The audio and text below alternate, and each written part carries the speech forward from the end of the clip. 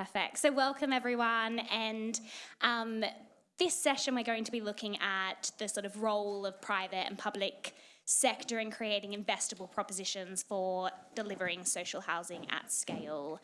By way of introduction, my name's Tegan Hogarth. I'm a director at KPMG, and within that lead a team that works with local authorities, registered providers, but crucially working with them as they face into the sort of financial institutions and how they can create models that are both attractive to the private sector, balance the risk transfer between the two to make sure that that is optimal, and helps to deliver housing, crucially, because what good is a model if we don't actually deliver? As a firm, we've been really privileged to work on some really innovative programs which aim to scale new housing delivery. We were involved in the Hyde-Halesworth model partnership between Hyde Housing, AXA, Homes England, and recently we've been involved in the Lloyds Banking Group Social Housing Initiative. I can see a few people who are also involved in that initiative in the audience, looking at models to leverage opportunities such as small sites, such as strategic voids, public-private partnerships, and these new models that really focus on scaling housing delivery and, crucially, that social rent housing. But there is a long way to go, and I just wanted to sort of touch on 3 points before I sort of introduce the panel. The first is around the scale of ambition. We know we have a 1.5 million home new target, or million new home target, which means we need to be delivering sort of upwards of 300,000 homes an annum, which represents probably 80% plus increase on our best performing year in the past decade. And the only time that the country has ever delivered at that scale was back when social housing contributed significant portions of total housing delivery. Second is that there's a real need to actually achieve that ambition. It's not just a sort of target that if we don't achieve it, that's okay. I was at a workshop on Monday and we were talking about the most successful programs in infrastructure, and normally those where there is a you cannot fail attitude across all stakeholders.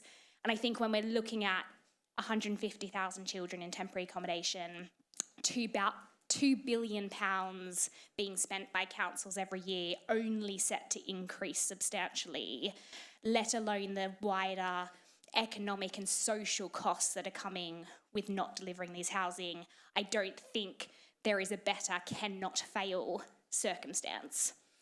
And then the third is then, well, what's the role of the private sector? And I know, Andy, before I introduce you, but when we were speaking ahead of this, we were talking about, well, actually, social housing has already largely been privately financed. It's a sector that has always, well, not always, but at least for the sort of recent history has been privately financed.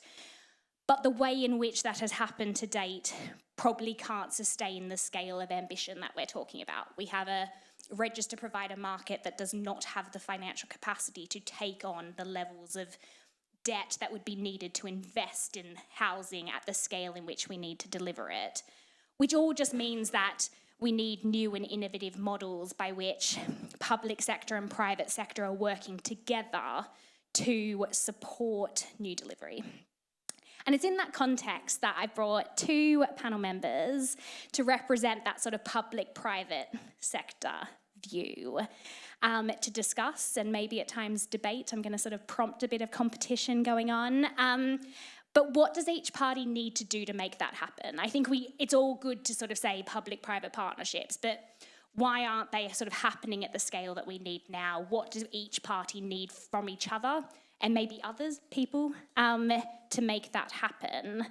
So first we've got Caroline Pillay. So Caroline is our seasoned professional in planning and delivering public sector development projects and currently supporting London Borough of Newham on a range of projects to deliver transformation across the borough. And when we talk about that sort of scale of ambition and need, I don't think there are many places sort of that have more ambition or have a greater need than Newham. And then second, we've got Andy Smith, Head of Impact Services at the Good Economy, which is a company that offers end-to-end impact advisory services and tools designed to support investment strategies in private markets that create positive impact and pursue sustainability outcomes. Did I do all right? At the intros, yeah?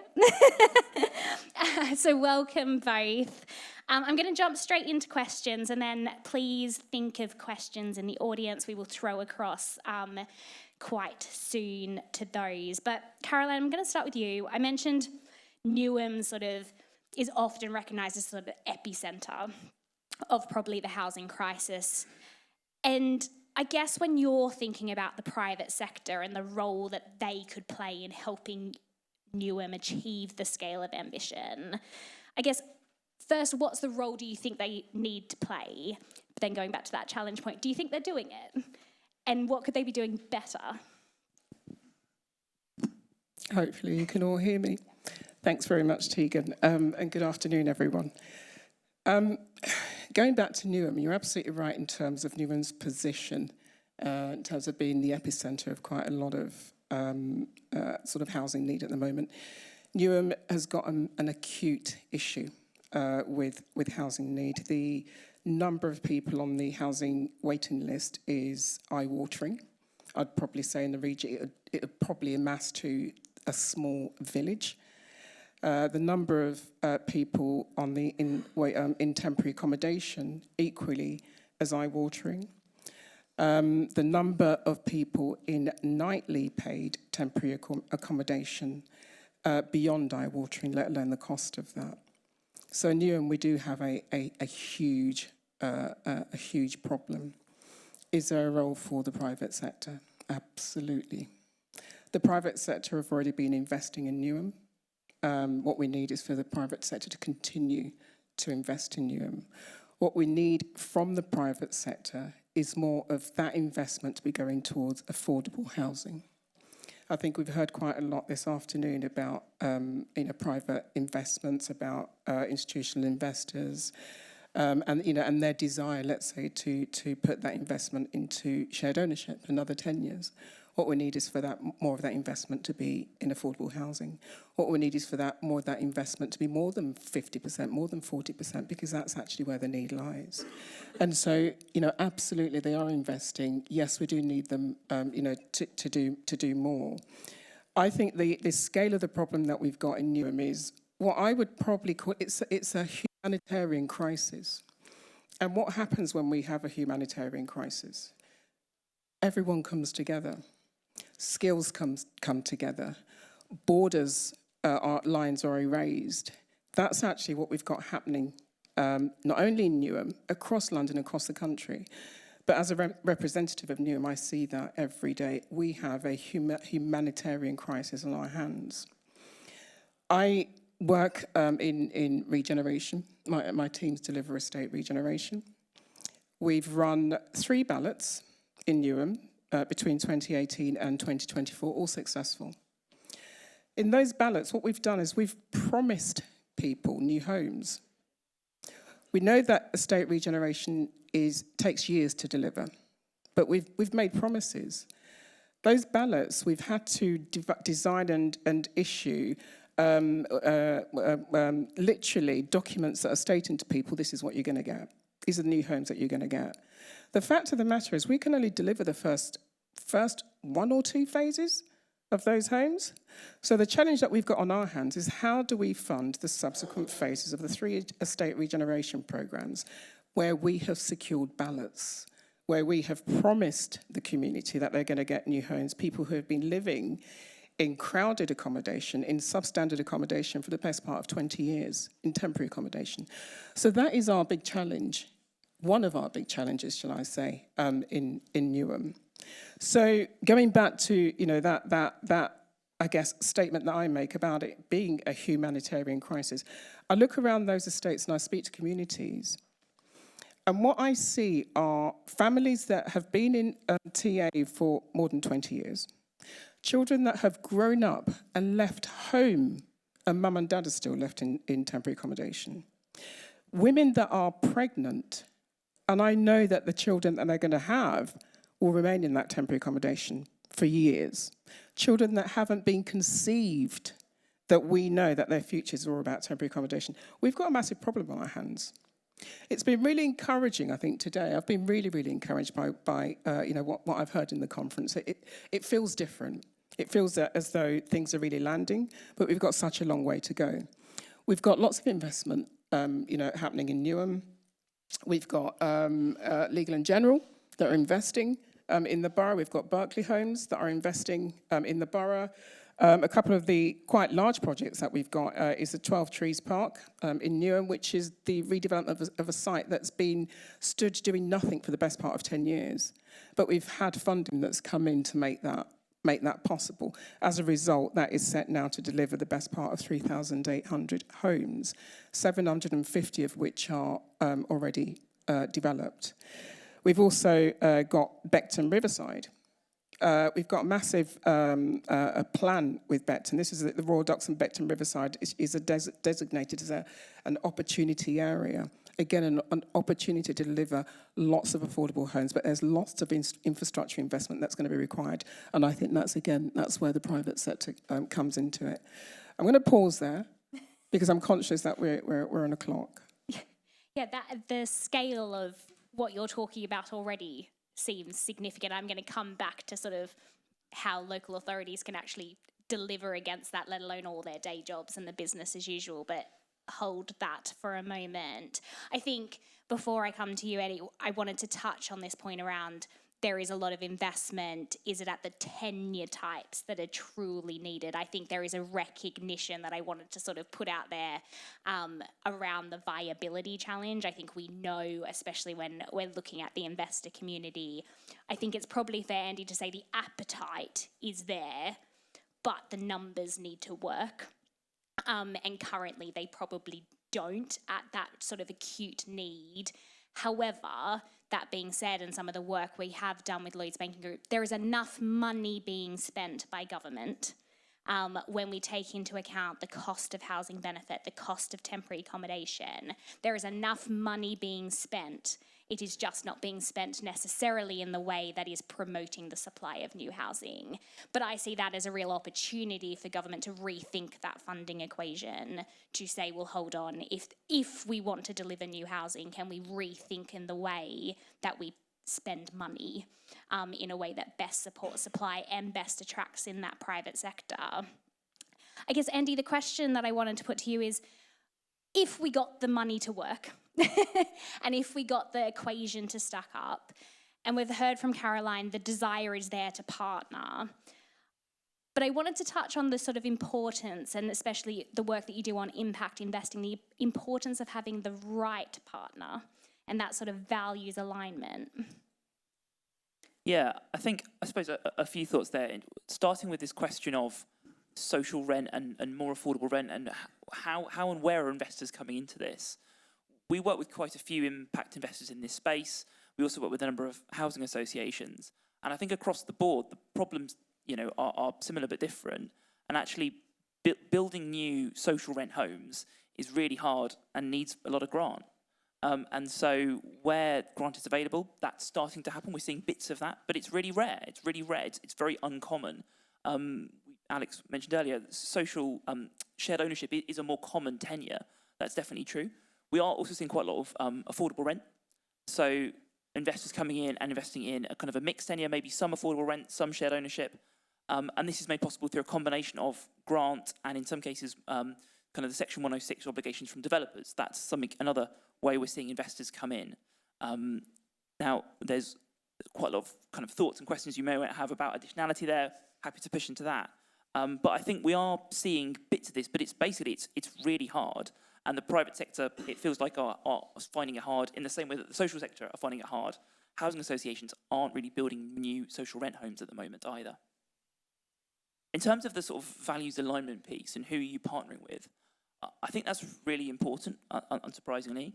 I think what we find impact is sort of optimized, it's maximized, you get the best impact when you have alignment of the needs of the place, the needs of the investor, what the developer's trying to do, and the sort of the stakeholders around that. I think that's really important. We talk a lot about this idea of kind of place-based investment, and really what we mean by that is starting with the needs of an area and ensuring that if you're an investor coming into that area, maybe you're a fund manager looking to build new affordable housing, it's really understanding what is the need of the area, and are you able to provide a product that helps in that space. I think what we've seen historically is fund managers looking to bring in equity, they're sort of optimised for returns, and so they might prioritise one-bed homes. There's lots of parts of the country where one-bed homes aren't the answer. Actually, it's family homes that are needed. And so on the one hand, you can look at this and go, oh, we're building loads more housing. And look, it's actually an affordable rent level, but it's not tackling the underlying needs of the place. And so you just need to be working with partners who are really aligned on this. I guess going one step further, we think best would be where there's a real shared sort of measurement plan surrounding this, where you've actually got everyone aligned saying, look, this is our theory of change. For this place here, this is what we think we need to be doing. This is the problem we've identified.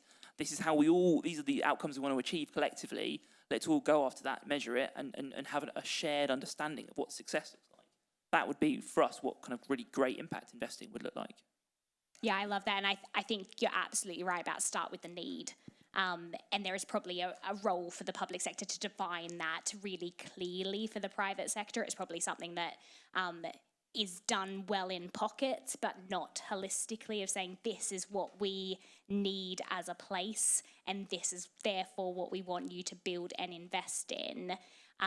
Because as you say, otherwise the headline targets or numbers that are coming out, you go, that doesn't look too bad. Like, actually, we're delivering a lot of affordable housing, but when we break that down into tenures, when we break that down into the bedroom mix, etc., there is that mismatch between what we're delivering and what we need. Yeah, I think that's a really important point. And Alex earlier, she talked about intentionality and additionality as kind of these two of these key areas. Just on this idea of intentionality, I think it's not lazy, but there's a common misunderstanding or a common thesis that to be an impact investor, you need to be investing in affordable housing. And actually, that's the only tenure that really can have an impact on an area. And that's probably a good starting point. But actually what's really important, once again, it's understanding the mix of an area. And actually there are parts of the country where the problem they're facing is brain drain. And so it's not more affordable housing they need. What they really need is housing that sort of new grads with relatively high paying jobs are willing to move into. So that's actually their biggest problem as places. And so impact investing in that space there wouldn't necessarily start with affordable housing. It might start with a different tenure mix. But actually, so it's important to understand the needs of the place and actually really make a difference where you can have the biggest impact. Yeah, I think that's right. And go. Just to come back, comment on that. I think you're absolutely right in terms of the need. And as local authorities, we exist amongst a sea of need. You know, private sector organisations have got the funds to do lots of R&D. That R&D, come and talk to local authorities. You know, we can tell you exactly what is needed. And it's not just in terms of the needs around general needs accommodation, student accommodation. Local authorities are providing supported accommodation for absolutely every sector of society that needs help. So that need and that information around need is absolutely there, within the local authority sector. So that R&D needs to actually start with us to help define where that investment goes. Yeah, I agree. And I wanted to come back to that point around the sort of how do you balance this huge scale of ambition and need to deliver against, at the end of the day, councils have a lot of responsibilities, of which this forms a subsection. And I know when we spoke, when we were preparing for this, I drew parallels to almost the NHS, and the concept of new hospital program was created with the recognition that actually we want our NHS trust to be focused on clearing waiting lists, treating patients, doing their business as usual, creating billion-pound new hospitals. There's probably a need for more national support and programmatic thinking. I guess I wanted to get your reflections on how much of a difference would that make for you where you're sitting?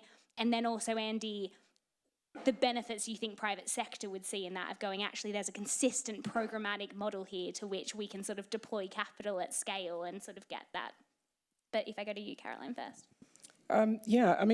I'm not massively familiar with the NHS, but in terms of the way that they are now approaching funding of some of their dated hospitals, we could learn a lesson or two from that. And actually, the session earlier this afternoon that was chaired and hosted by Mike Diath started to talk around, developing, for example, frameworks, centralising, collaborating. We've heard lots about collaboration. Every conference I go to, we talk about collaboration. And it's really encouraging to hear anyway that some of that is happening, but actually what we need to do now is, okay, we know we need to collaborate. Let's actually now talk about what does that mean in practice? What does that mean in reality? Let's move it forward so that actually next year we're not just talking about the principles of collaboration. But as I said, it's really encouraging to hear that some of that is already beginning to take shape. So lending from sort of that NHS model, I think the idea of sort of centralising the affordable housing fund, so that, as I said earlier on, we do away with boundary lines and actually start looking at pooling funding. We know that again, going back to the need, we know what the need is. Let's start pooling funding. So setting up some sort of national or regional funding program that's dedicated to social and affordable rent, so that again we're not just looking at a local level.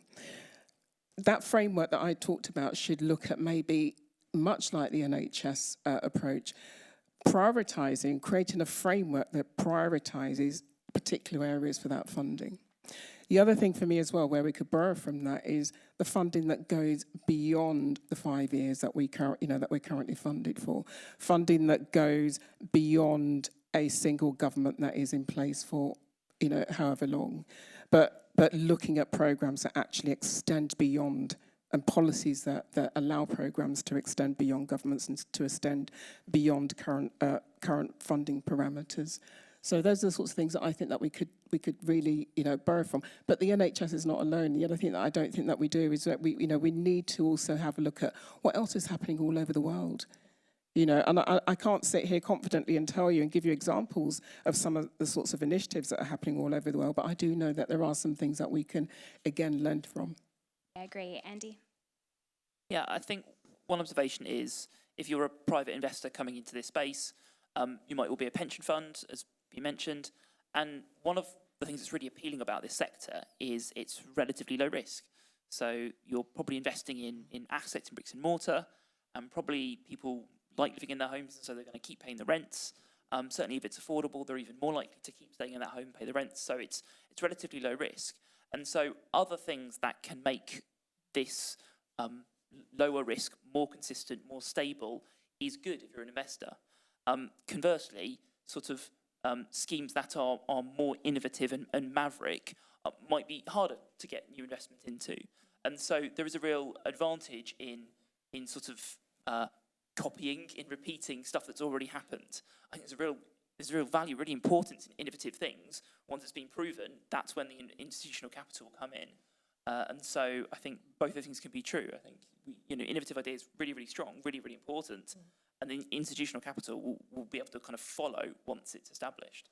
No, I agree. I mean, before someone said, what, you don't have slides? And I said, no, I'm the worst consultant in the world. I hate slides. And I think I'm going to make another controversial comment as a consultant, which is whilst we make a lot of money going in and helping these sort of bespoke deals happen time and time again, it seems crazy that every time we're reinventing the wheel and slightly changing things, but it feels as though we're starting from scratch, and those lessons learned and the standardization is never sort of carried forward and not distributed nationally. And I think from my own perspective, if we're ever going to get to the scale we need to your point, we need to learn from the innovative models. We need to fail and fail quickly, but then anything that works, we need to find a way of going, that works, let's go, and sort of getting some proper sort of scale behind it.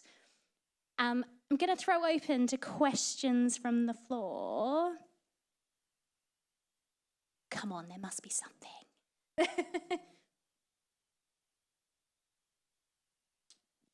Hi, yeah.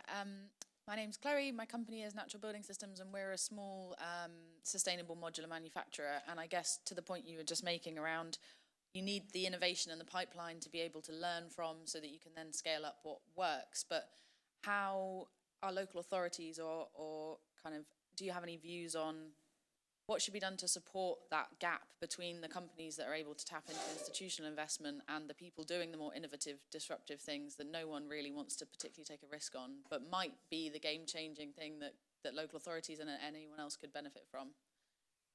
Do local authorities have a role to play in that space? And I mean, I'll come in while you think about it, because I think maybe local authorities, I actually think this is where central government probably has a big role to play as well. Certainly in conversations that we've been having, the change, I think, and the opportunity that came out of some of the announcements going back a few months ago was a greater sort of desire or approach for government to be a bit more innovative with some of their financial instruments and tools they have, in particular guarantees. And I actually think that's where there's an opportunity of saying, I don't think, and especially when we start thinking about pension funds, we're ever going to like breach that hurdle of going, it's fine, go and invest in that innovative technology. It'll be okay. And if they do, we're probably getting quite high costs of capital, and in a sector where viability is challenging, I don't think that's the right answer. But is there a role for government, particularly with some of their guarantees, to try and de-risk those things to help bring in investment? I think, yeah, but I don't know, Caroline, if you've got other thoughts or... Well, I think the short answer is yes. I think local authorities do have a role, to play in that. Again, we heard earlier on from Joanne Drew, who sits on a number of forums where local authorities come together, to look at some of the challenges that they're experiencing. She talked about I think it was the playbook? I think she talked about in terms of MMC. I worked with Joanne a couple of years ago in Enfield, and we were trying to implement, that approach, and it was somewhat challenging, but we're going in the right direction. Yes, it hasn't been completely successful, but it just needs, we need to keep pushing at it, come together again and dissect it. Why hasn't it been successful? Bring in specialists into the room to support us to understand why it hasn't been successful. But yes, the answer to the question is yes. I think local authorities absolutely can, do have a role to play in helping to drive things forward in that regard. Yeah, probably the other thing I'd say is there's a whole set of like sort of venture strategies and SME finance investors, etc. There's a whole set of other investors who may ultimately have pension capital sitting behind them. But I suspect if you're a pension fund looking to allocate, you probably wouldn't choose to allocate to sort of newer, riskier strategies. And so it's around how do you work with some much more kind of venture-driven investors. Yeah, and it goes back to that point as well of those models, because what we're talking about there is you probably need some more patient capital over the longer term to de-risk your cost of capital, but you're bringing in maybe someone that's willing to support the sort of more innovative place. You need the capability and skills from a house building. That's quite a complex model, and sort of trying to find ways in which we standardise and find something that works to unlock that, I think, is really important. I don't know whether I'm supposed to be tracking this, because I'm not.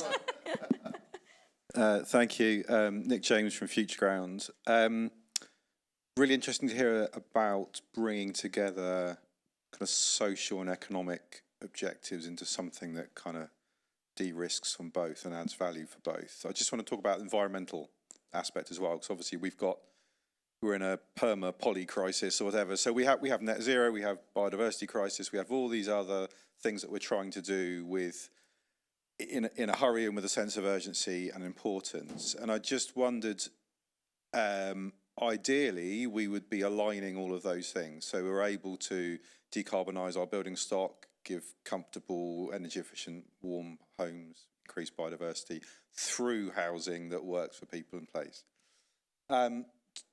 Just interested to get your reflections on to what degree that alignment is happening or is the kind of environmental and social slightly pulling in different directions at the moment, or competing in that context of trying to get stuff done on the ground?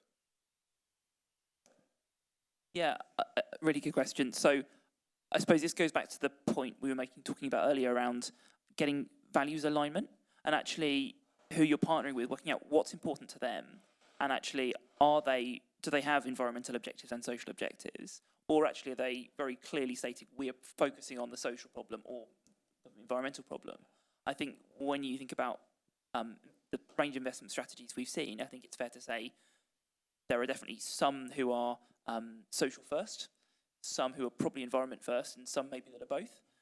But you will find investors that sit across that kind of spectrum or mini spectrum there. I think inevitably environmental impact and sort of environment, certainly thinking about kind of EPC rating and net zero, is becoming almost like a hygiene factor. I think that is becoming more and more something that everyone is required to do or are very aware of. Certainly in the social housing space, the idea of kind of retrofit and net zero is people are very aware of. So I think that's more and more going to be a sort of kind of table stakes. The requirement to be a high EPC pushing into net zero, I think is going to be just almost required. And the other thing that I'd comment as well is, like, with the devolution agenda, I think actually that creates more opportunity because we're seeing more devolved powers and therefore a greater push on holistic place-based approach planning. Greater Manchester, for instance, came out quite recently saying, well, they want to look at their place holistically and whether that's environment, housing, transport, across the board. What is that place-based approach to investment and development that encompasses everything? Currently, we're in a scenario that unless you're devolved in London and Greater Manchester WMCA, there's plenty of them. But otherwise, you're in a scenario where you're going to DEFRA to try and work out your nature strategy. You're going into DESNZ to figure out your net zero. You're going into MHCLG or Homes England to figure out your housing, with different funding pots sitting all throughout and trying to knit that together. That if someone's saying, well, actually, I want to invest in a flood strategy, but by doing that, it will unlock 1,000 new homes, government can't cope because it doesn't work that way. So I do think with increased devolution, hopefully we should see a greater ability to actually connect those dots, but it goes back to that capability and capacity to try and do it because it's complicated. I don't know. Yeah, no, I think you're right. It does need to be more connected. I think, from a local authority point of view, there is no room for competing priorities where that's concerned, because actually we've got the environmental challenge, we've got the social challenge. And so, back to your point about choosing your partners carefully, we'll be interested in those that have a genuine interest in bringing both of those areas together. So there is no room for competition. It's got to be, again, going back to that word, let's collaborate. Everything all at once.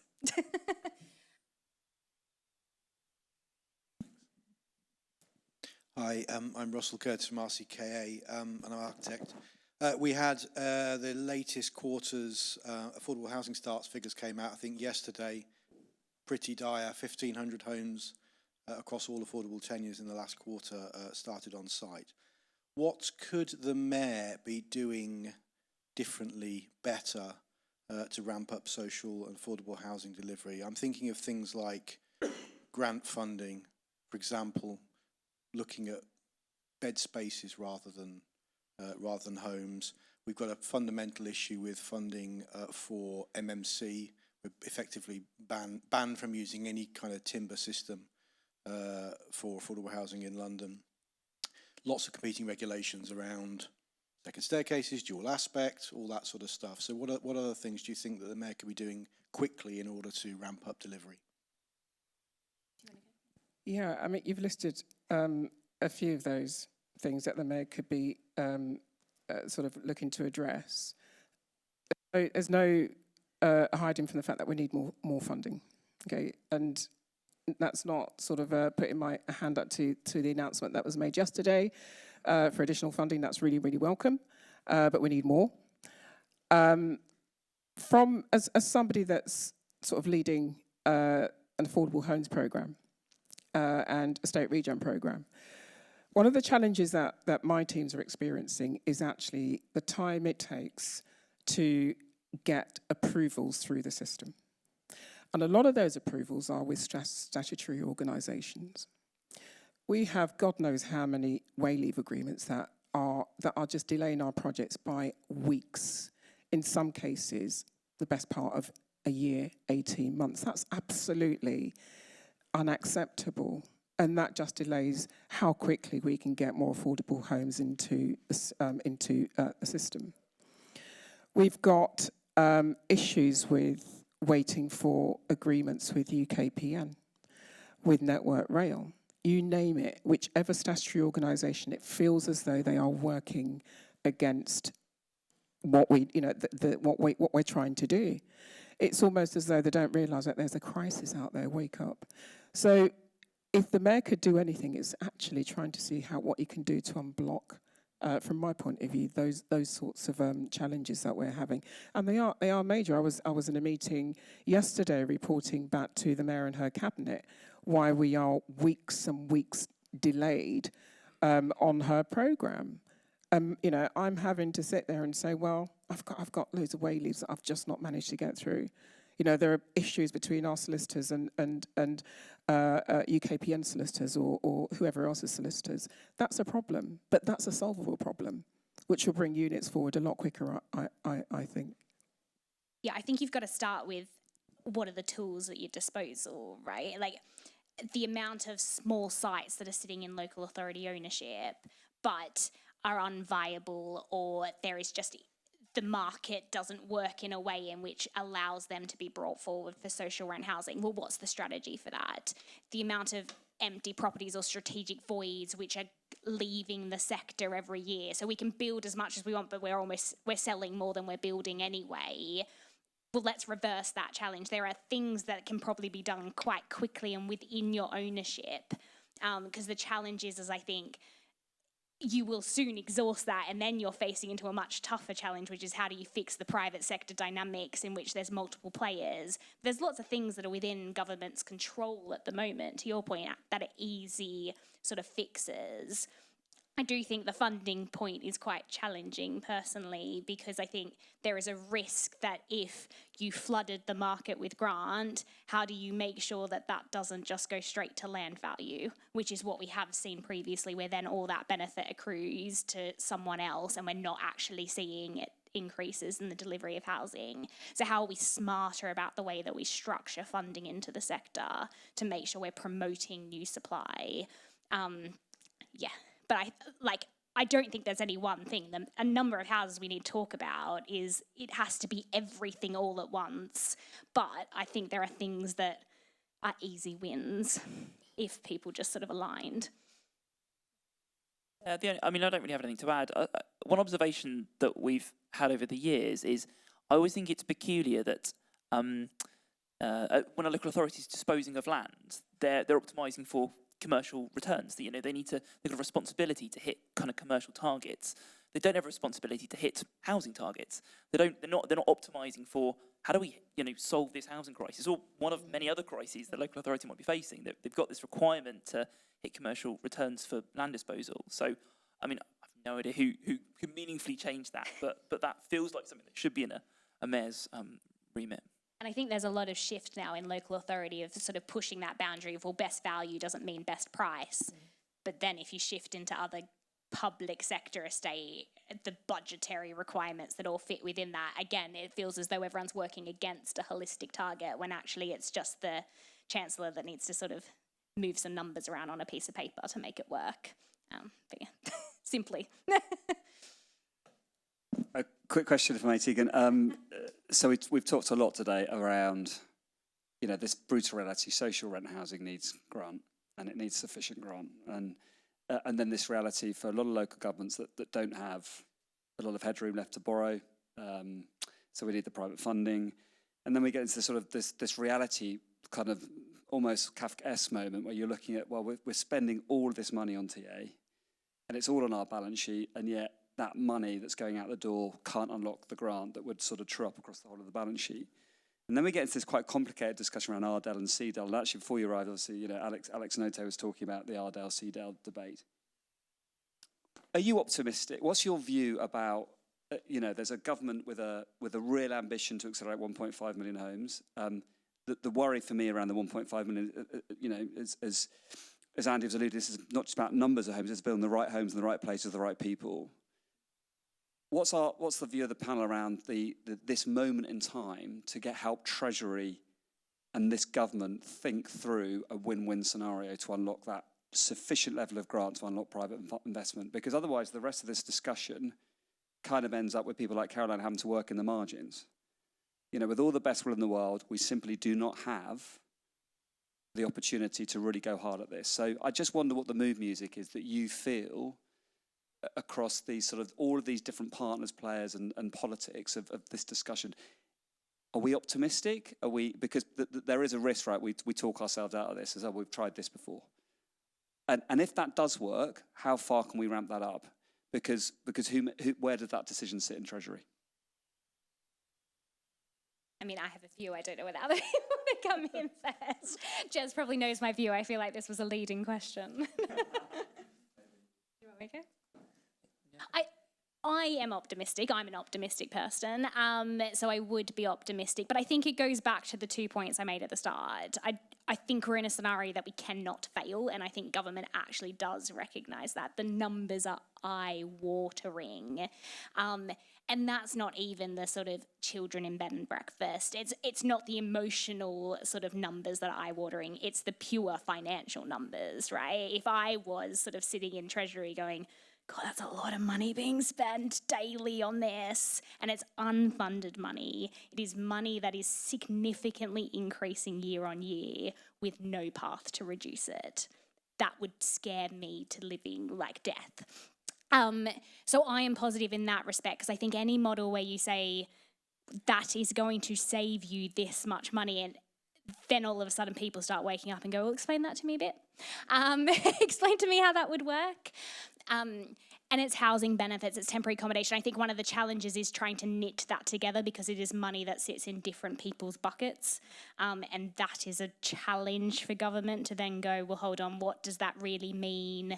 And again, because a lot of this money is unfunded budget, that becomes challenging as well, because you're sort of trying to say, well, this will save me future expenditure, as opposed to sort of, it will allow me to reduce budgets, and there's that tension in that. But I'm positive. I don't know, people at the coalface are probably like, I'm not positive. I don't know, Caroline, are you positive? Somebody actually asked me this question in the break, you know, what my confidence is in the new government and whether or not I am optimistic. And my response really was that without optimism, then we have no hope. And we absolutely have to remain optimistic. Whether or not we will achieve, you know, remains a question. And if we're all honest with ourselves, the likelihood is, given the scale of the challenge, we will fail. However, you know, we can't give up. Yeah. So for me, I do remain optimistic. I have to remain optimistic, because I need to look people in the eyes and say, we're going to deliver, or I'm going to get you out of that home that's absolutely, you know, literally killing you and your family. I think as well, I had probably thought in the lead up to the housing strategy and the budget that we were going to start getting probably some soft music of, I know we said 1.5 million, but really we meant starts, or really we meant meaningful progress towards it, and sort of starting to row back a little bit in advance. The weekend, it was double down, right? It was, I will not accept any excuses as to why we can't deliver 1.5 million homes. We're not talking about starts, we're talking about homes that people are being occupied. That was probably a shock. I expect it was probably a shock for people sitting in government as well, going, oh God, okay. We thought we were going to be given a bit of relief here. So that in itself is positive, right? There wasn't any rowback music. Now, we're yet to get a strong commitment of how many of those 1.5 million are social rent homes, and I think that is a real question, and one that needs to continue to be pushed on, because until we have that, then we don't actually have that sort of ambition and driving force on social rent, but that has to be a positive story. Yeah, I was just reflecting on this actually. I I really hope we build 1.5 million homes in the next Parliament. You know, this is something that personally I really want us to solve. I think I really hope it's the answer. I think probably I'm less perhaps less optimistic that it will get solved. But I suppose one thing to say is this government is doing a really good impression of a government that really wants to solve this problem. They're saying the right things, and like, so we at this stage it's quite early on, so we don't really have a good sense of where this is going. But actually, I think they are saying the right sort of thing. This is kind of what we would want to hear. We want to hear this kind of like this doubling down on this target and commitment. So yeah, I think the stars are pointing in the right direction. I've heard some claps, and I'm sure I'm going to get the sort of stiff eye in a second. I guess 10 seconds on. We've got the spending review, people are rapidly trying to prepare papers to go into it. What would be your one ask if you were sitting there putting a paper into Matthew Pennycook? What's the one ask? I think probably Alex's Notte's presentation and the sort of recommendations from there, like, you know, that's the paper to look at. Caroline? Can I say ditto? Yeah. That's perfect, because it was less than 30 seconds, and it means I've finished on time. Thank you, everyone, for attending and participation, and yeah. Great.